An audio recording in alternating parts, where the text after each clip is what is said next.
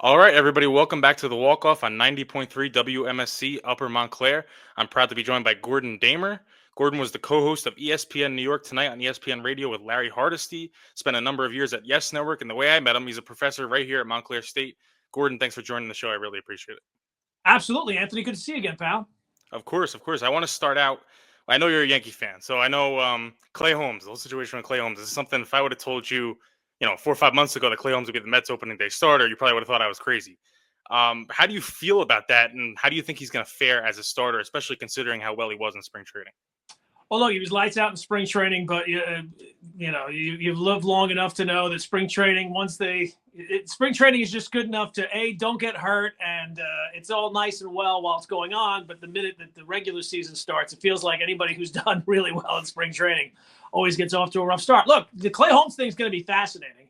And it's fascinating from me, the aspect of David Stearns has done a very good job of finding pitching in without going out and breaking the bank. So this is one for this season. Not that the team is complete or they're not going to make trades or make moves if they need to, but this is a big one on his evaluation that he thinks that Clay Holmes can be a starter. He does have stuff that is, when right, is electric kind of stuff. And when right, he was a really good closer for the Yankees, but it just worries me are they able to decipher what it is when he goes wrong to get him back on track? Because when he goes wrong, he's a mess. And it's one thing to blow a game here or there, but when you're a starter, you can blow the entire game right off the bat. So it's going to be interesting to see. It's intriguing to see also him build up to be a starter. You'd think early on in the season, I don't know if you're going to get much. It's going to be five and fly kind of guy. You'd hope to think that he's a big guy. He's got a big frame that he'll be able to build up beyond that. But it'll be interesting to watch. I'm very curious to see how it turns out. Yeah, and I'm also interested to see how Mendoza handles days of rest. This is something I asked Pat Regazzo about a week ago. And he said, well, look, if you get about 140, 150 innings out of him, that's a win. And I agree. But do you see Mendoza maybe saying, hey, it's a 6 day of rest if they can do it when Manaea comes back? Do you see them giving him that luxury, or you think they're going to try to keep him on that 5 day rotation? I would think that at least they're not looking at this as, I don't think, a 1 year thing. They're hoping that this is going to be something long term. Now, he's not typically somebody that hey, if I give him that 6 day of rest, it's going to pay dividends. But I would think with him building up from a reliever to a starter, any chance that you get a chance to give him a little bit of extra rest, there's a lot of unknowns, right? He's used to going a certain amount of days without pitching and then getting right back in there. So this is all stuff that's going to have to be learned over the course of the season. But I would think that over the long course of a season, if you can give him an extra day here or there, you would think that probably would pay dividends.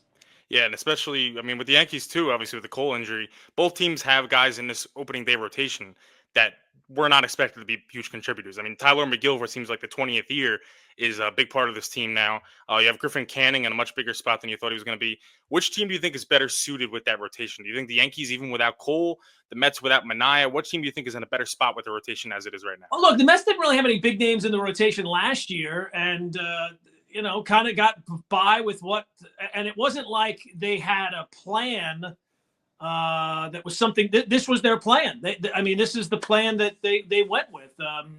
So I would think that the Mets are in a better position than the Yankees. Now, maybe the Mets just had a bad plan and they didn't analyze things in the right way. That generally has not been the case with David Stern teams. So they've done a really good and continue to do a really good job in Milwaukee of kind of building guys, especially in the back end of the bullpen. So I would think that if you were asking me which team I'd feel more confident in right now, it would definitely be the Mets as opposed to the Yankees. The Yankees not only lost Cole, they lost Heel, Clark Schmidt starting the season on the IL. They got Cookie Carrasco pitching a meaningful game. That's the beauty of a baseball season. Like everybody looks at a baseball season, oh, this is this and this is that. And by the time June and July rolls around, there are guys that you didn't even think were going to be part of the mix that turn out to be part of the mix. So that's certainly going to be the case for the Yankees. You have to hope for the Mets it's not going to be that way as early on as it is for the Yankees. Yeah, for the Yankees, do you think they still are the favorites to win that division? Because Boston's added a lot of pieces over the offseason. I think they're really underrated. People don't talk about them very much. They're a good team. Do you think they're still the favorites? Maybe even the Orioles coming in there? I do not think the Yankees are the favorites. Now, look, do I think the Yankees are going to win 80 games or 75? No, I don't think they're going to be completely fall apart. They still have a lot of talent. But you just take a look at the division. Like last year was a bit of a step back for the Orioles. It would not be a surprise, especially a young team, to take a big step forward this year. I mean, it has to happen before anybody will believe in it. But I think the Blue Jays are a talented team. It would not shock me if they made. And I don't think the American League East is a division this year that is going to have a team that wins 95 games. I think you might be able to win this 89, 90 games. I think the Yankees over-under is 89, which still kind of feels a little high. Just the injury situation with the Yankees, it feels like a lot of things went right last year. It feels, at least at this point of the season, that a lot of things are going wrong. And they're not just a complete team. And it's not that they're not a complete team because of the injuries. They weren't a complete team even before the injuries. I don't know who's going to play third base. A lot of these things are going to have to be worked out. Stanton's always hurt. Just so happens he's hurt to start the season. Whether we see him at any point this year is really up in the air. And as each day goes by and he hasn't even started baseball activities, you'd have to think that there's a better chance that you don't see him at all. Yeah, and what do you think about? I know Brian Cashman was asked, and it's way in advance, the trade deadline.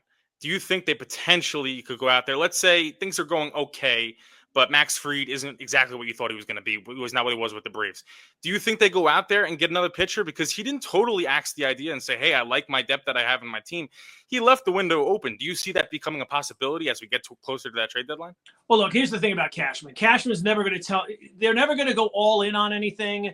The Yankees don't want to be great any single season. They want to be good every single season. So he's never going to lock himself into anything.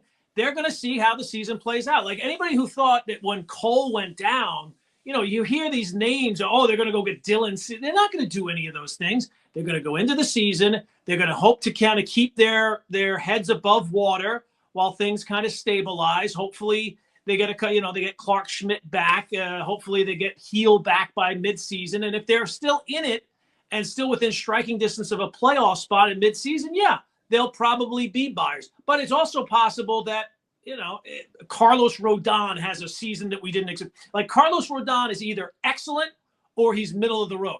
Who knows? Maybe this is one of those years that he's excellent, right? And he all of a sudden turns out to be the ace of the staff and things kind of fall in place.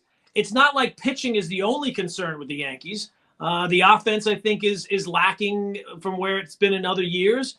Is Goldschmidt all of a sudden going to have a bounce back year? Is Bellinger going to have a good season? I don't know. So I don't think Cashman's going to lock himself into anything. He's going to play the deal, the cards that he is dealt. So if the Yankees are kind of hanging in there and above 500 and within striking distance of a playoff spot, they'll go for it. But if they're not, I could definitely see them being sellers rather than buyers. Yeah, my next question is kind of more of a broader question. It relates to Cole, but with all the injuries we've been seeing, I mean, honestly, I hate to say it, I think Paul Skeens eventually, it's almost a lock the guy's going to get Tommy John. As sad as it is to say, do you think that the Mets style of going about things will, look, I'm not going to give a contract more than 3 or 4 years. Even if I give that contract, there's going to be opt-outs in it. Do you think that's going to become more popular to deal with pitchers, even with the contracts as inflated as they are? Do you think that style is going to get more popular and the Garrett Cole contracts are going to go out of the way a little bit?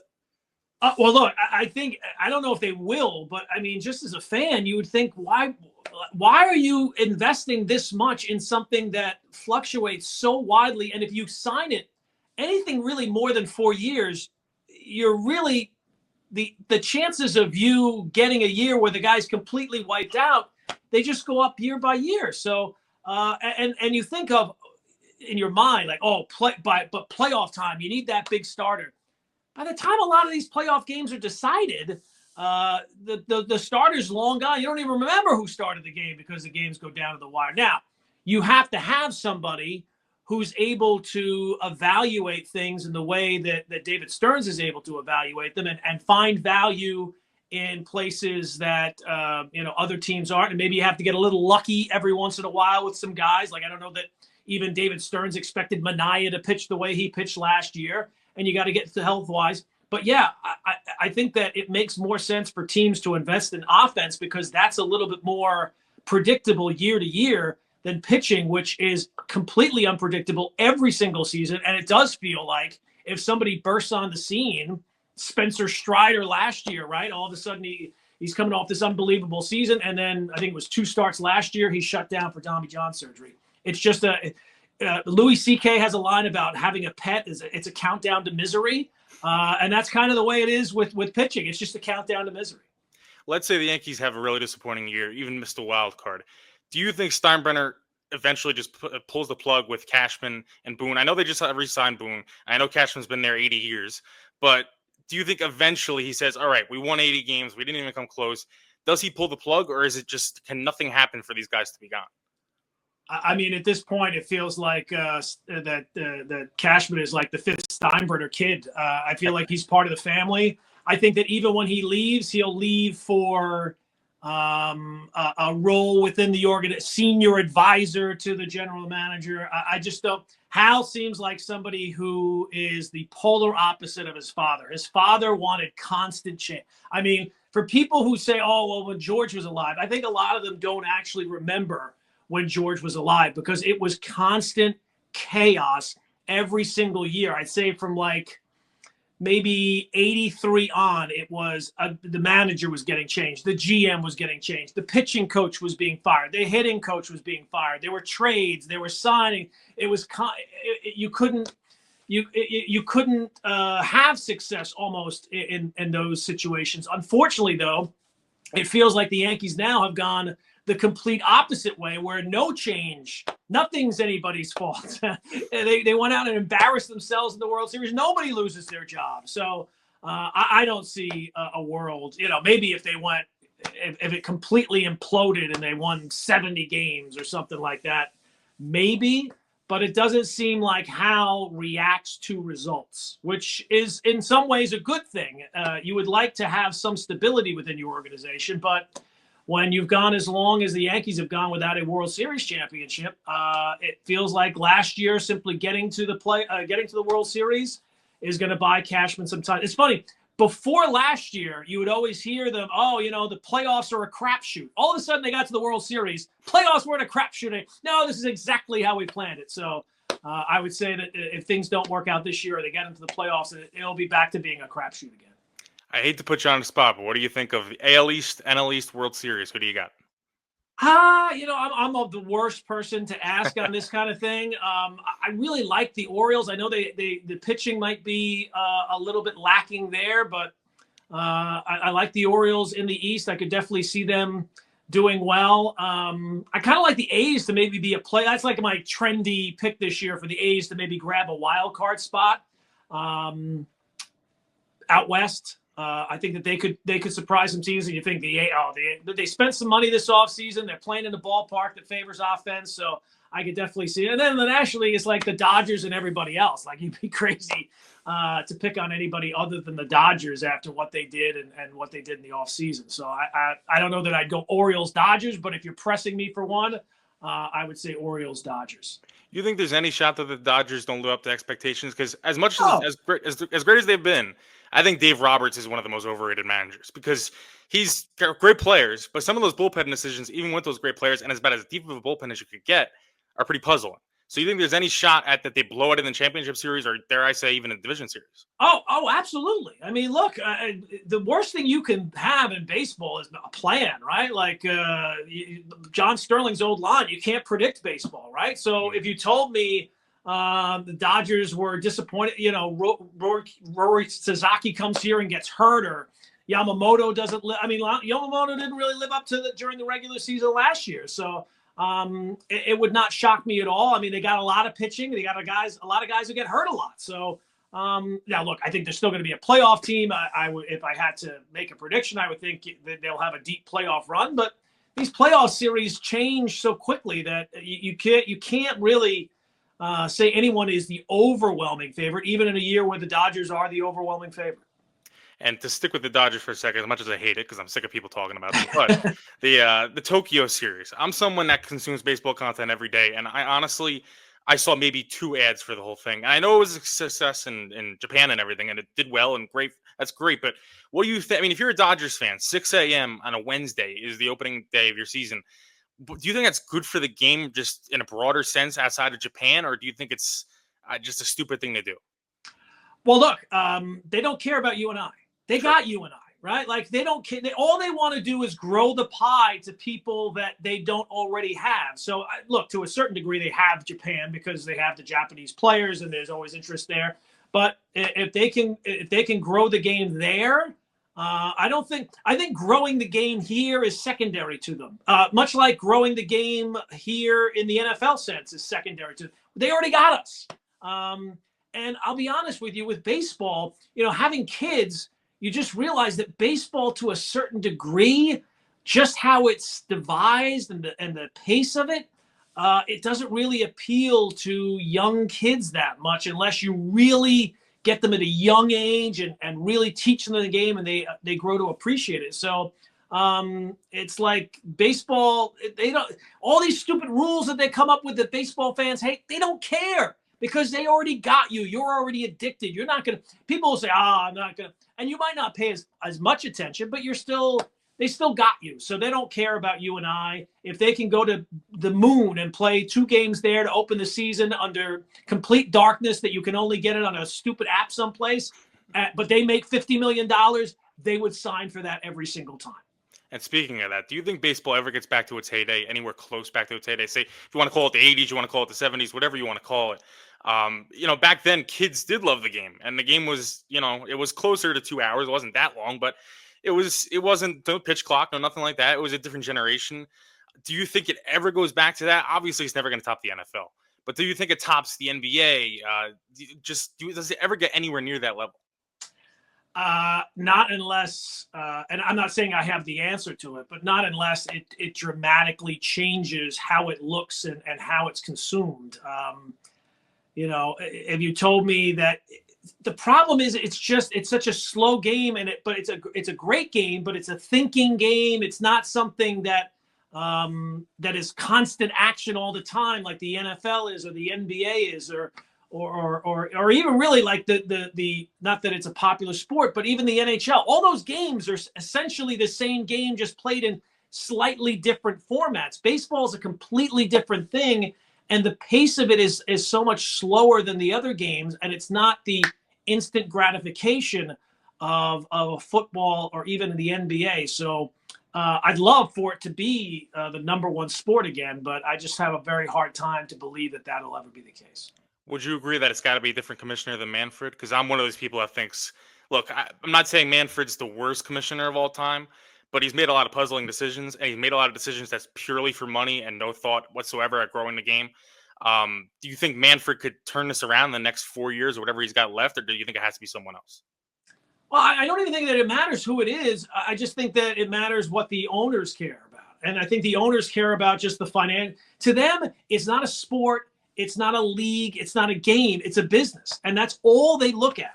And they look at it in the way, somebody that's involved in baseball once told me, these companies, if they make $10 million one year and they make $9 million the next year, they don't look at it as they made $19 million. They look at it as they lost $1 million in that second year. And I think that that's how baseball looks at this.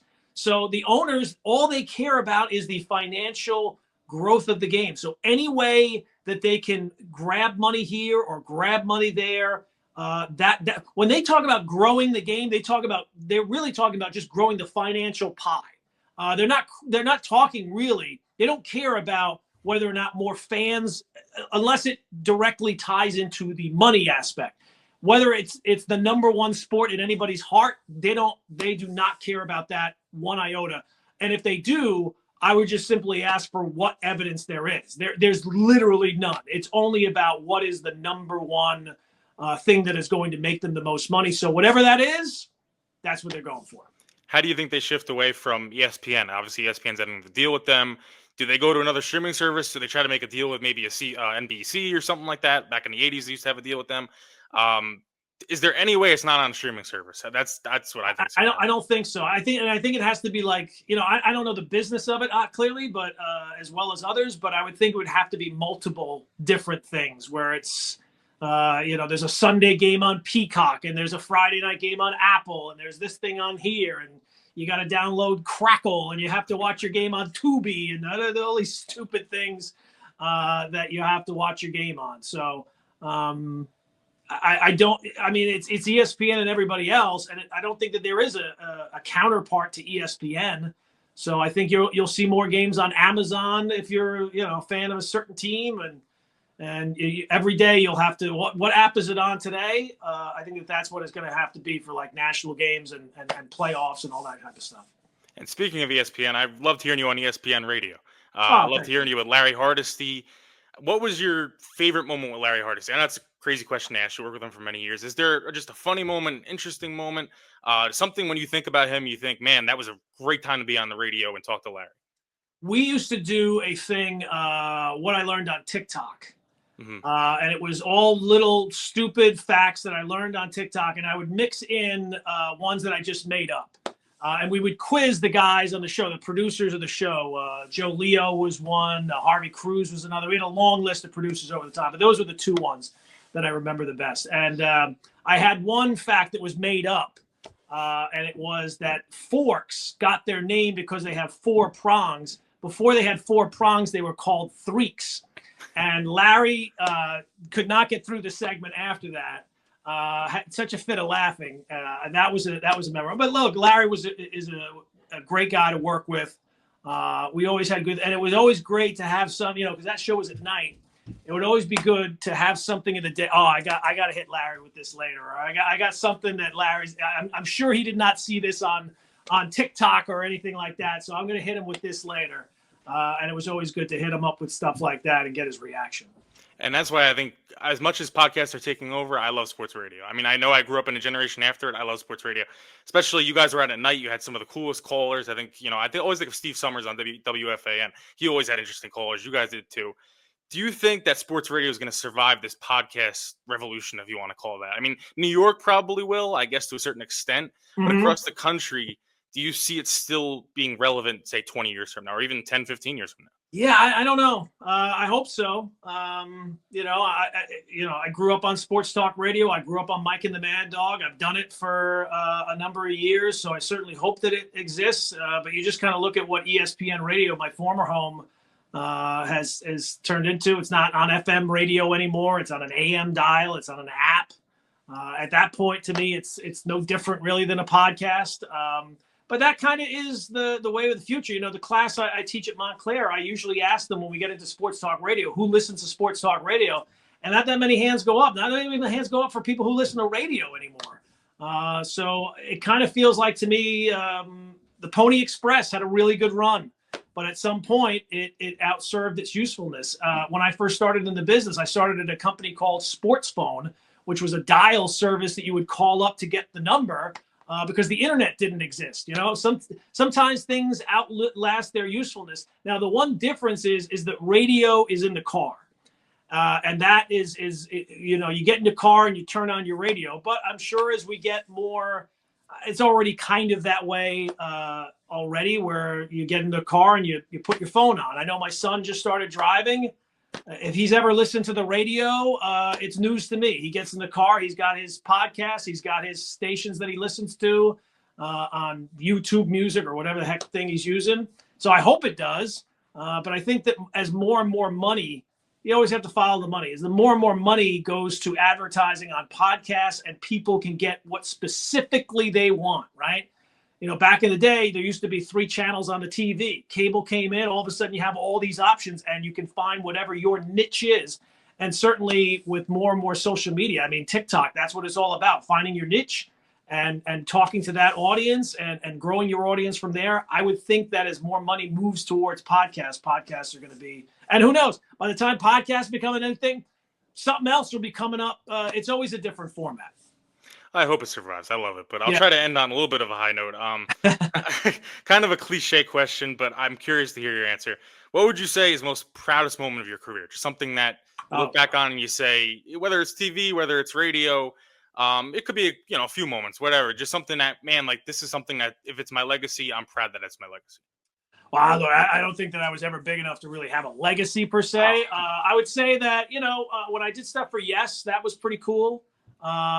Getting to get to I always like getting to the ballpark early when it's quiet. I always thought that was like the coolest thing to get to do. I know I did a road trip in 2009 with the Yankees where we did Oakland and Seattle. And I remember going to the elevator to go to the ballpark. And the night before, Jeter had either been hit with a pitch or something like that. He missed the previous game. And the question was, oh, is he going to be back in the lineup? And as I got into the elevator, who's in the elevator but Jeter? And it was not his wife at the time. It was a girlfriend that he was dating. She was on Friday Night Lights. I'm blanking on her name right now. Minka Kelly. And I was like, I was a young guy. I didn't know. I'm like, is it all right if I got on this elevator? They're like, yeah, fine. So then as they were getting off the elevator, I said, I got to take my shot. I said, Derek, are you playing tonight? He's like, oh, yeah, I'll be playing tonight. So then when I got to the ballpark, I was able to tell I think they probably knew already, but that was kind of a cool thing to be able to say. And then that night, I'm pretty sure that was a game that Jeter did really well. So you interview a player on the field. Oh, maybe that was Oakland. Same road trip, though. And Jeter was the star of the game, so I interviewed him on the field after that game. So I don't know if that's a legacy or not. Anytime people come up to me and say that they really like the show, I never felt like I was that big of a person to have a real following. I was always doing it just to entertain myself. And even though, Larry and my show has been off the air for 6 months, it still kind of happens every once in a while. I was walking with my wife the other night and somebody came, oh, I really miss you and Larry. So that's always super cool to know that people were listening and that people enjoyed it. They might be lying. They might have hated it at the time. Hey, I know that dope. Let me go talk. But anytime somebody comes up to you and says that they appreciated the show, that means a lot. I think especially the overnight, you could form a real connection with people going to work, people coming home from work. I think that's something that can't be replaced by podcasts. So hopefully it's Yeah, that's absolutely true. There's certain different audiences where, in the midday, people want to be challenged. Being polarizing is super good. When you have that overnight show, your life is different when you're waking up at super early hours, you're getting home super early in the morning, and you want a relationship with somebody that you relate to and comes across more as a friend kind of thing, and you know where they're coming from. So it does speak to that overnight audience is a different audience, and it was one that I felt like it was a lot of fun to entertain. Well, Gordon, I appreciate you coming on. You're always welcome to come back on.